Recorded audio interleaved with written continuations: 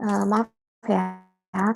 Eee, Kemudian juga misalnya, sumurnya apa, sumur oil atau sumur gas gitu ya, atau mungkin, secara stratigrafi, di bagian atas itu ada, gas cap-nya gitu ya, sangat terlihat gitu. Dan di bagian bawah oil-nya, apakah kita akan produksi langsung dua-duanya gitu ya, atau kita mau produksi secara terpisah gitu, atau kita produksi dua-duanya dengan sumur yang berbeda atau dengan sumur yang sama.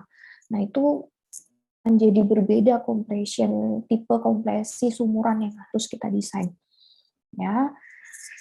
Eee, Kemudian wellhead location. Wellhead location itu, tidak akan jauh berbeda sebenarnya dengan tipe konversi di onshore ataupun di offshore gitu ya. Cuman mungkin ada beberapa tambahan.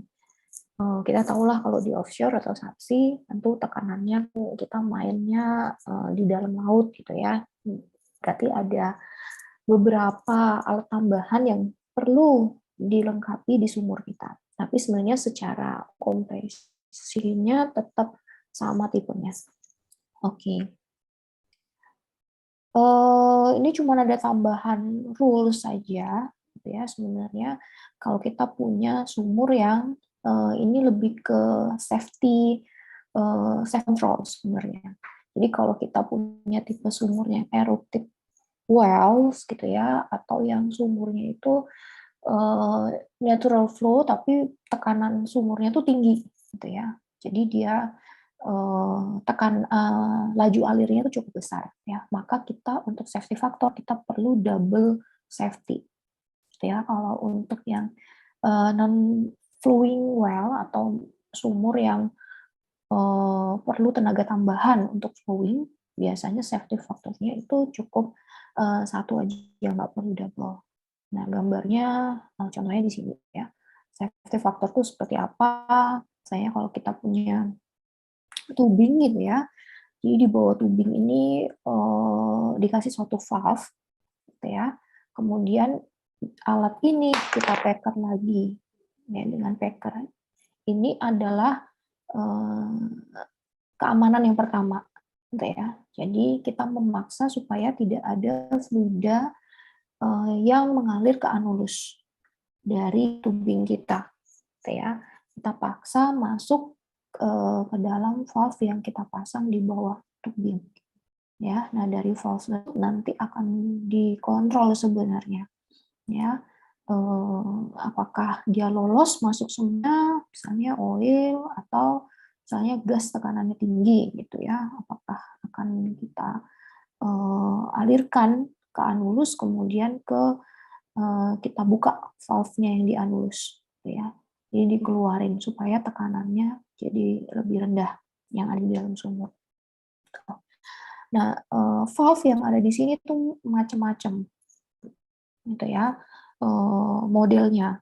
Tidak sama dengan valve yang ada di atas sini ya. Kalau di sini kan seperti cuk gitu ya, bisa dibuka dan ditutup.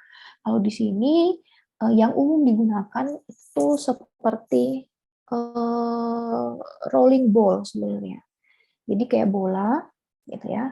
Jadi kalau pada saat dia tekanannya terlalu besar, bola ini dipaksa naik ke atas kemudian menutup,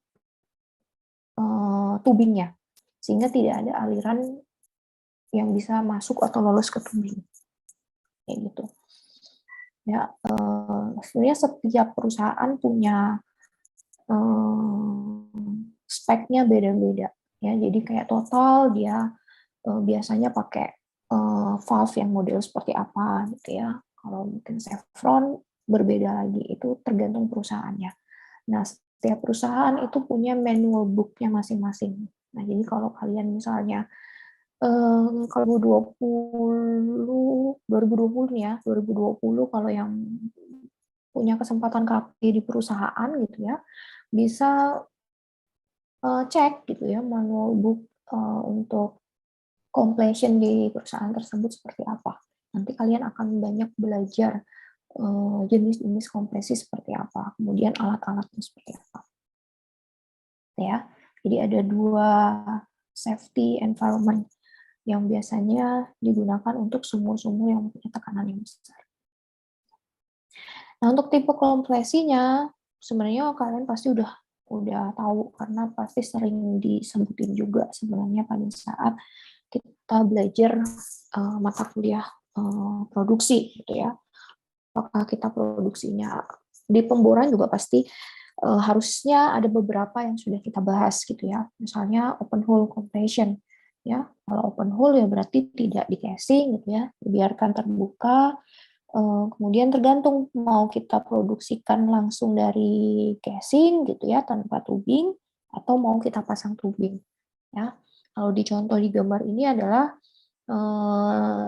setelah intermediate casing gitu ya, tidak dipasang production casing lagi gitu ya. Jadi dibiarkan terbuka pay zone kita atau zona interest kita, kemudian sehingga bisa diproduksikan langsung ya.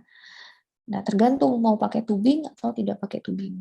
Nah, biasanya sumur-sumur yang tidak pakai tubing tuh sumur gas gitu ya. Kalau pakai tubing biasanya sumur oil. Ini ya. Nah, kelebihan dan kekurangannya ada banyak. Kalau kelebihannya pasti lebih hemat karena kita nggak perlu ada tambahan production casing gitu ya atau liner untuk menutup zona produksi kita atau pay zone kita ya. Kemudian kita bisa memproduksikan dari seluruh pay zone kita. Berarti seluruh luas penampang dari wellbore yang terbuka atau open hole itu bisa kita produksikan gitu. Maka produksinya jadi lebih besar kan.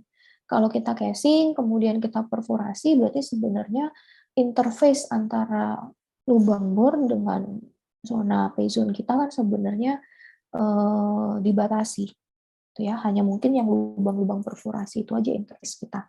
Jadi tentu key produksi kita tidak bisa sebesar key production pada saat open hole ya. Oke. Kemudian ini tambahan saja sih. Jadi pada saat kita melaksanakan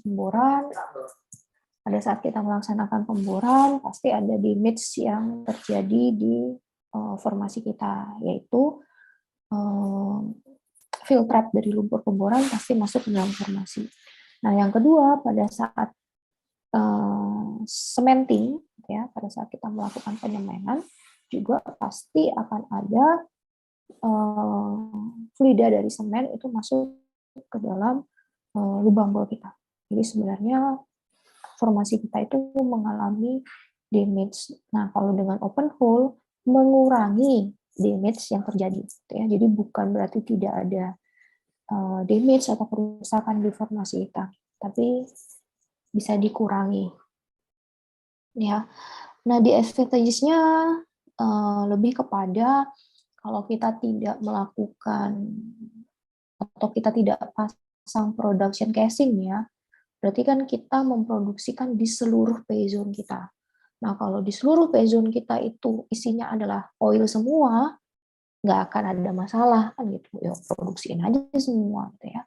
Nah, tapi kalau misalnya di sepanjang kedalaman atau ketebalan pay zone kita ada gasnya misalnya di situ, ya. Dan kita tahu kalau suatu reservoir kita produksikan gasnya gitu ya, maka penurunan tekanannya akan lebih cepat, penurunan tekanan reservoirnya. Oke. Jadi makanya jadi disadvantages gitu ya, jadi kekurangan. Kita nggak bisa mengontrol apa yang mau kita produksikan. Gitu ya. Tapi kalau kita semen gitu ya, kita casing, kita akan bisa memilih yang mana yang mau kita perform gitu. Itu sih lebih kepada itu. Kemudian kalau open hole tentu akan jadi sulit kalau ada masalah kepasiran gitu ya. Ada masalah kepasiran berarti kita akan terbatasi dalam memilih artificial lift yang akan kita gunakan. Ya, misalnya kalau kepasiran berarti misalnya di gas lift gitu oke. Tapi kalau misalnya kita pakai pump, akan sulit kalau ada masalah kepasiran gitu. Berarti kita harus ada kerja walkover kan. Kita misalnya kita casing lagi nih open hole-nya. Kemudian misalnya kita kasih screen gitu misalnya. Baru kita bisa pasang artificial lift. Jadi ya walkover dan kompresi awal itu sangat menguntungkan. Nah, yang kedua ya ini adalah modifikasi sebenarnya. Oke lah open hole, apalagi kalau masalah kepasiran akan lumayan berdampak pada produksi kita. Maka gimana kita pasang liner aja gitu ya, tapi linernya bolong-bolong gitu ya. Jadi kayak kayak screen gitu ya, tapi ukurannya lebih besar ukuran bolongannya ini gitu ya. Kita pasang liner yang dia sudah berlubang. Oke. Ini bisa juga gitu ya. Jadi sama seperti tadi, cuman kita pasang screen tambahan di bawah. Oke. Tentu bukaan yang terjadi daripada kita melaksanakan di casing kemudian di perfu jauh lebih banyak ini ya, karena ini kan tetap memberikan interface dari atas pay zone sampai bawah pay zone. Kalau perforasi kan selected ya, tergantung mau di mana, di bawah saja, apakah di tengah, apakah di atas. Gitu. Oke. Nah, tapi kekurangannya adalah kalau kita punya kepasiran yang terjadi itu ukurannya sangat fine, gitu ya, sangat halus. Maka slotted liner ini tidak bisa digunakan, ya, karena dia akan tetap masuk ternyata butiran-butiran yang fine itu masuk ke dalam. Nah, jadi biasanya kalau dia pasirnya sangat halus, jangan pilih yang liner yang berlubang gitu ya, tapi pilihnya yang screen. Kalau screen dia bisa menyaring yang butiran yang ukurannya fine. Ya, untuk keuntungan, kekurangan bisa kalian baca supaya lebih ya. Ini, nah, yang paling umum sebenarnya adalah ini ya. Jadi kita perforasi sumur kita. Oke. Kekurangannya pasti tidak semua ketebalan pay-zone bisa kita produksikan, gitu ya. Jadi tentu key-nya akan terbatas, gitu ya. Apalagi kalau kita perfo kan berarti bukaannya interface antara lubang sumur dengan apa ini namanya formasi akan lebih kecil, ya. Tapi kelebihannya ada banyak kan gitu. Untuk formasi-formasi yang fragile, model seperti ini pasti sangat disarankan untuk digunakan. Ya, kemudian kalau kita misalnya di bagian bawah gitu ya, setelah kita produksikan dalam jangka waktu misalnya 3 tahun gitu, ternyata di lapisan bawah ini sudah mulai ada air yang terproduksi gitu. Maka kita bisa tutup lapisan yang di bawah, gitu ya. Kemudian yang di atas bisa kita lanjutkan produksinya. Nutupnya seperti apa? Ya tinggal dikasih plak aja di sumurnya di bagian bawah. Ya, dikasih plak kayak karet gitu, ditutup, diplak, maka udah nggak akan ada ki lagi, ya nggak ada aliran lagi di bagian bawah. Jadi akan lebih mudah kita mengontrol produksi sumur kita sebenarnya. Ya. Kemudian ada yang lain lagi, misalnya kita pakai stringnya single atau double, ya. Nah, biasanya kalau single adalah seperti ini. Kayak tadi, single, ya, tubingnya di atas, gunakan satu tubing, ya, kemudian perforasinya full di zona yang interest kita. Atau tubingnya tetap single satu, ya, tapi zona yang di perfo itu ada selangnya. gitu ya. Ada zona Perfo 1, ada zona Perfo 2. Dan zona Perfo 1 dan Perfo 2 itu bisa diproduksikan dengan string yang sama, gitu ya. Bisa diproduksikan melalui string yang berbeda. Nah, kalau ini adalah menggunakan string yang sama. Oke. Tujuannya apa? Dengan yang di sebelah kiri, kenapa dibedakan kalau stringnya sama? Tujuannya sebenarnya kita ingin tahu key yang di perforasi yang satu dengan key yang di perforasi kedua itu sama atau tidak, itu ya, berbeda atau tidak. Kemudian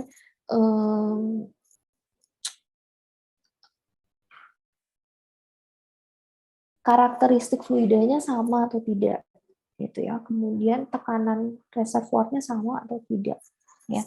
Jadi biasanya yang kalau seperti ini dia reservoirnya adalah berlapis. Jadi di bagian bawah ada reservoir, di bagian atas reservoir tapi berlapis, gitu ya. Jadi kita bisa tahu inputan dari masing-masing lapisan itu berapa key-nya. Seperti itu. Oke. Di sini bisa tahu berapa, dari sini nanti tahu lajunya berapa. Oke, walaupun akhirnya adalah tetap satu string. Nah, selain itu juga, oke, ini tetap single string ya. Selain itu kita juga bisa menggunakan ini, ya, multiple string.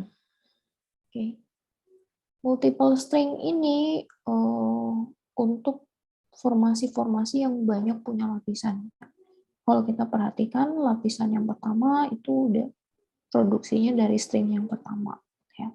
Lapisan yang kedua itu dari string yang kedua. Nah, lapisan yang ketiga di sini itu adalah dari anulus, ya, dari anulus yang ini dan anulus yang ini. Oke, atau kalau di gambar ini karena dia ada packer di anulusnya, maka sebenarnya nggak bisa diproduksikan di anulusnya. Maka kalau di sini berarti dia reservoir yang paling atas atau layer yang paling atas itu belum diproduksikan. Ya, nanti diproduksikannya gimana? Bisa lewat string yang kedua, bisa lewat string yang pertama. Tergantung yang mana yang mau diperfo kan gitu. Kita bisa perfo yang string yang kedua, gitu ya, atau string yang pertama. Atau kita lepas saja packernya yang di sini, sehingga dia bisa produksinya dari anulus. Ya, jadi macam-macam. Oke, tergantung nanti di lapangan jatuhnya seperti apa. Oke, kemudian seperti tadi ya, mau seperti apa kita produksinya? Natural flow, ya. Kalau natural flow biasanya seperti ini, ya. Apalagi kalau kita punya reservoir lapis. Bisa pakai dual string atau pakai satu string, ya, tapi dia pakai SSD, sliding slide door, ya. Jadi kalau belum mau diproduksikan ditutup dulu perforasinya. Jadi kayak ada pintunya gitu di sini. Ditutup dulu, ya. Nanti kalau yang di lapisan bawah ternyata udah produksinya udah mulai turun nih ya. Oke, kita tutup dulu yang di bawah gitu ya supaya tekanan lapisan yang di bawah naik lagi. Terus kita buka lapisan yang di atas ya, pintunya kita buka biar dia produksi. Itu bisa ya. Oke, di sini nggak ada sih gambarnya tentang SSD, tapi SSD itu paling umum digunakan, gitu ya. Jadi sebenarnya kalau kerjanya WOS di perusahaan itu kebanyakan sebenarnya banyaknya SSD ya. Jadi kalau terjadi karatan, gimana kita berusaha membuka si SSD atau berusaha menutup SSD. Bagaimana kita memastikan bahwa SSD ini terbuka atau tertutup. Nah, biasanya itu kerjaannya si divisi WOS. Nah, ya. Kemudian artificial lift yang mau digunakan. Ya, nah kalian ingat kan kalau misalnya mungkin Shaker pump atau rod pump itu yang paling nggak rewel sebenarnya ya. Jadi untuk viskositas yang berat oke, untuk key yang rendah oke, untuk yang punya masalah kepasiran masih oke juga untuk digunakan. ya. Cuman masalahnya adalah ukuran tubing dan ukuran rod pumpnya itu harus disesuaikan, ya. Jadi kalau kalian mau key-nya besar, berarti ukuran rod pumpnya juga besar. Maka tubingnya nggak bisa untuk tubing yang kecil, gitu.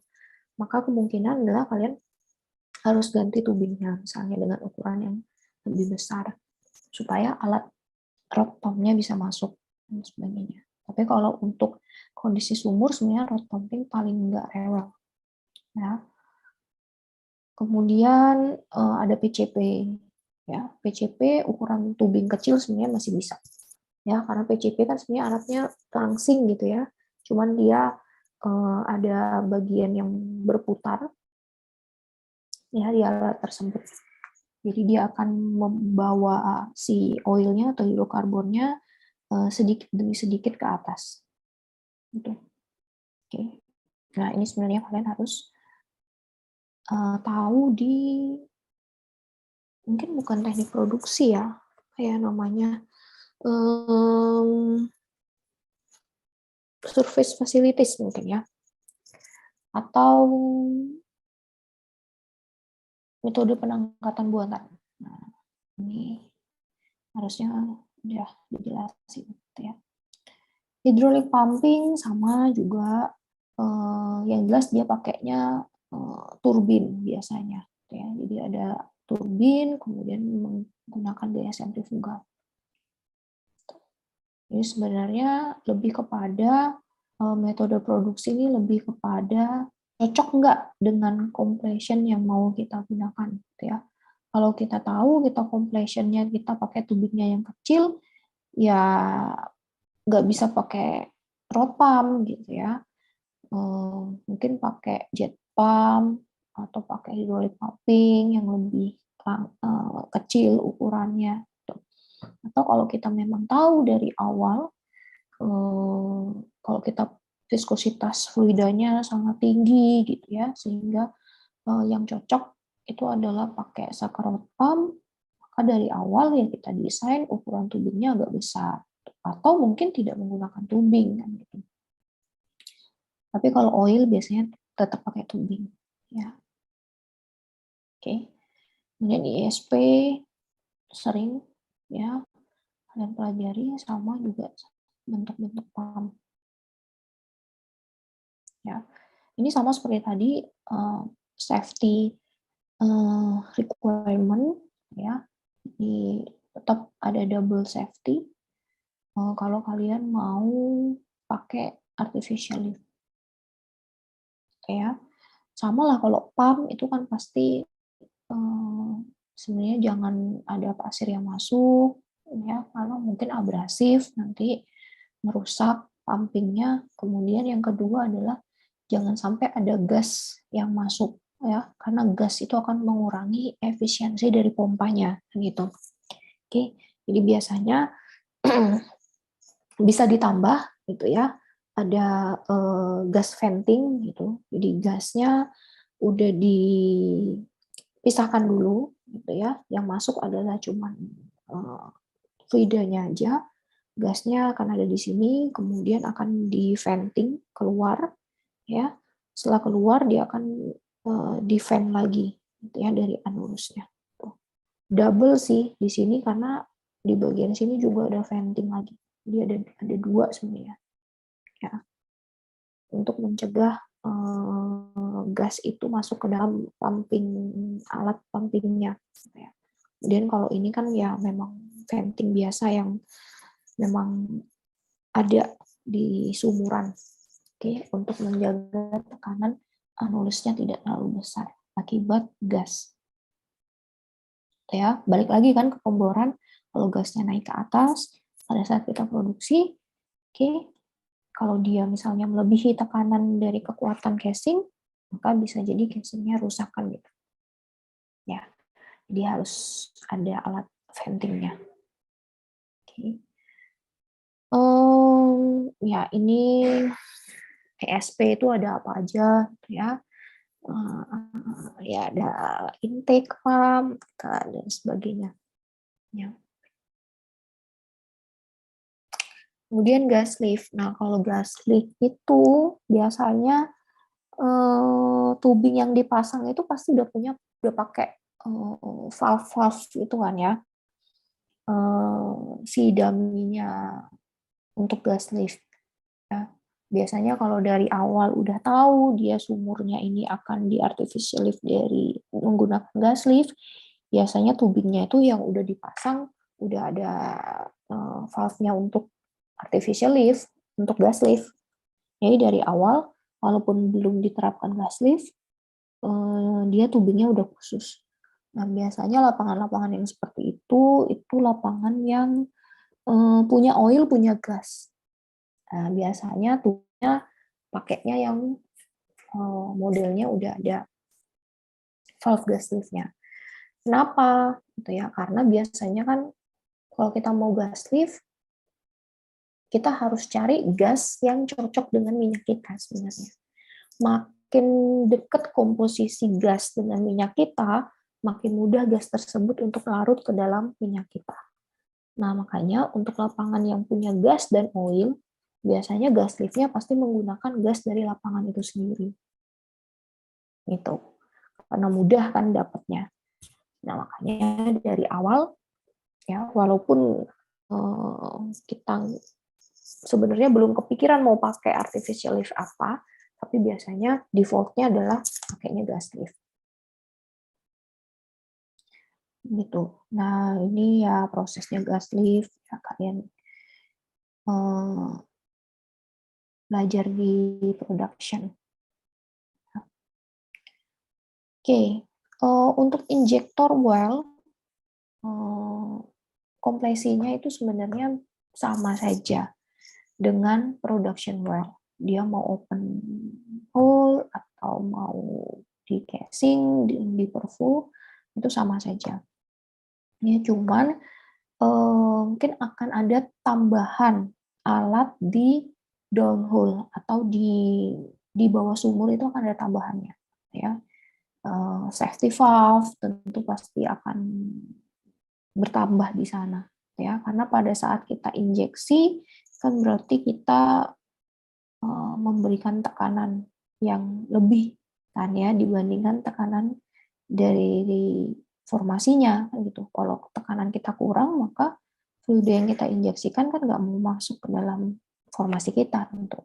Ya, karena kita mainnya di tekanan tinggi, gitu ya, kalau terjadi kebocoran akan berbahaya.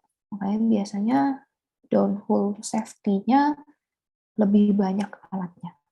Oke, tetapi secara konfigurasi umum atau kompresi umum itu tetap sama seperti sumur produksi. Oke.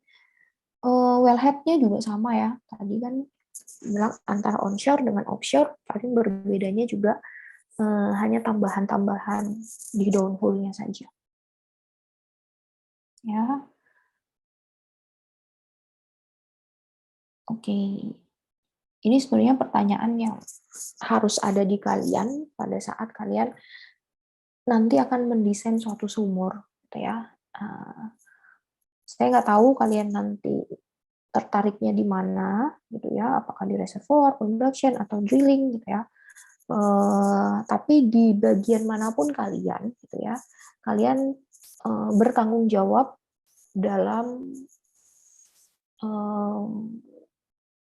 ikut andil, gitu ya, dalam menentukan sumur itu akan kita selesaikan dengan bentukan seperti apa, gitu ya.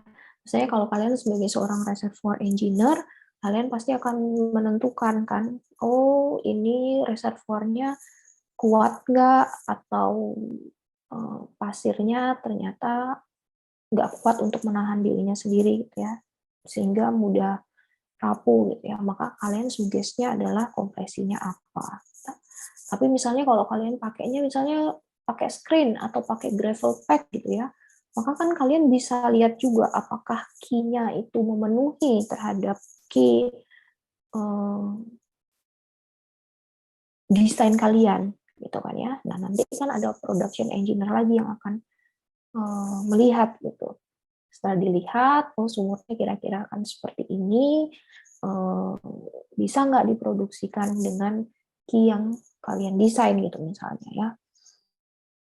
Kalau bisa didiskusikan lagi dengan orang drilling kan gitu ya, karena kan drilling bukan hanya ngebor tapi kan dia juga termasuk WOWS sebenarnya di dalamnya kan, divisinya apakah bisa kompresi ini diterapkan pada lapangan ini kan gitu. Oh ternyata dia lihat tuh kedalamannya nggak cocok nih gitu ya, misalnya kalau kita pakai maunya gas lift gitu misalnya, ternyata sumurnya terlalu dalam, maka kita perlu pompa gitu ya yang besar banget nih kekuatannya, sementara di lapangan kita misalnya nggak ada, maka itu akan merubah seluruh desain dari sumur kita gitu. Oke. Jadi tipe kompresinya segala macam juga akan berubah. Apakah perforasi atau tidak itu juga akan berubah. Tuh. Jadi sebenarnya mau disiplin ilmu apapun, kalian di bagian apapun, kalian tetap harus tahu gitu ya, secara umum. Ya, kalau secara detail itu nanti tergantung divisi apa yang kalian di perusahaan. Oke, ada pertanyaan nggak?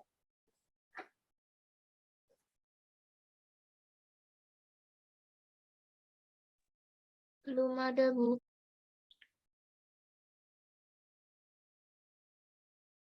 Oke, kalau tidak ada, sebenarnya materinya udah sampai di sini sih. Ya, jadi untuk minggu depan kita ujian ya lewat MMP. Kita ujiannya di hari yang sama aja ya, jadi biar saya nggak buat soal 2 kali. Ujian yang sama, kalian mintanya hari Rabu apa Kamis?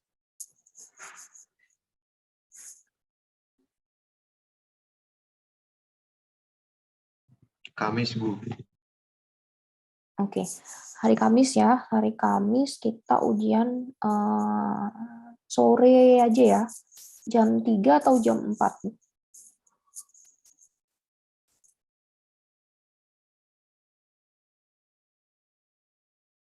Terserah kalian sih, kalau kalian mau Kamis pagi juga boleh, tapi saya nggak tahu nanti, siapa tahu masih ada yang masih ujian lagi kelas yang lain.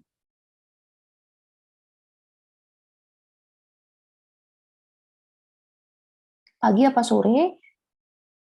Kalau pagi maunya jam berapa? Kalau sore maunya jam berapa? Sore aja, Bu, jam 3. Pagi, Bu. Pagi Sore takut aja, nggak Bu. bangun, Bu. Pagi takut nggak bangun. Sore, siang.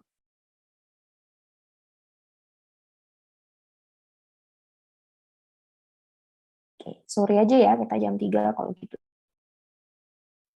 Oke, sore jam 3 kita akan ujian ya. Nah, untuk yang kelas A berarti tetap absennya di hari Rebu ya. Kelas B tetap absennya di hari Kamis. Tapi ujiannya hari Kamis jam 3. Oke, ujiannya adalah pilihan ganda ya, soalnya diacak. Oke, dan ada hitungan. Oke. Hitungannya kan sederhana sebenarnya ya.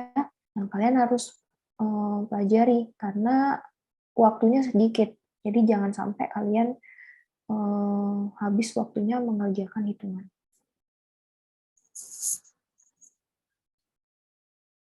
Oke, ada pertanyaan belum saya akhiri kelasnya? Izin bertanya, Ibu. Ya, Itu nanti ujiannya boleh open booking? Boleh bawa cheat-sheet gitu? ujiannya kan karena daring ya. Jadi kan terserah kalian mau buka atau enggak kan gitu ya. Kalau saya sih defaultnya yang namanya ujian nggak buku kan gitu. Cuman kan saya tidak mengawasi. Ya, jadi terserah kalian mau seperti apa ya. Tapi yang jelas ingat kalau ujiannya adalah saya tidak menentukan tutup buku gitu ya. Berarti case-nya soalnya akan lebih sulit kan gitu ya. Ya namanya kan juga buka buku, open book. Ya, berarti kan kalian bisa cari sumber dari mana aja, dari internet juga bisa kan. Maka pasti soalnya akan lebih sulit kan gitu. Baik Ibu, terima kasih. Oke. Ada lagi pertanyaan yang lain?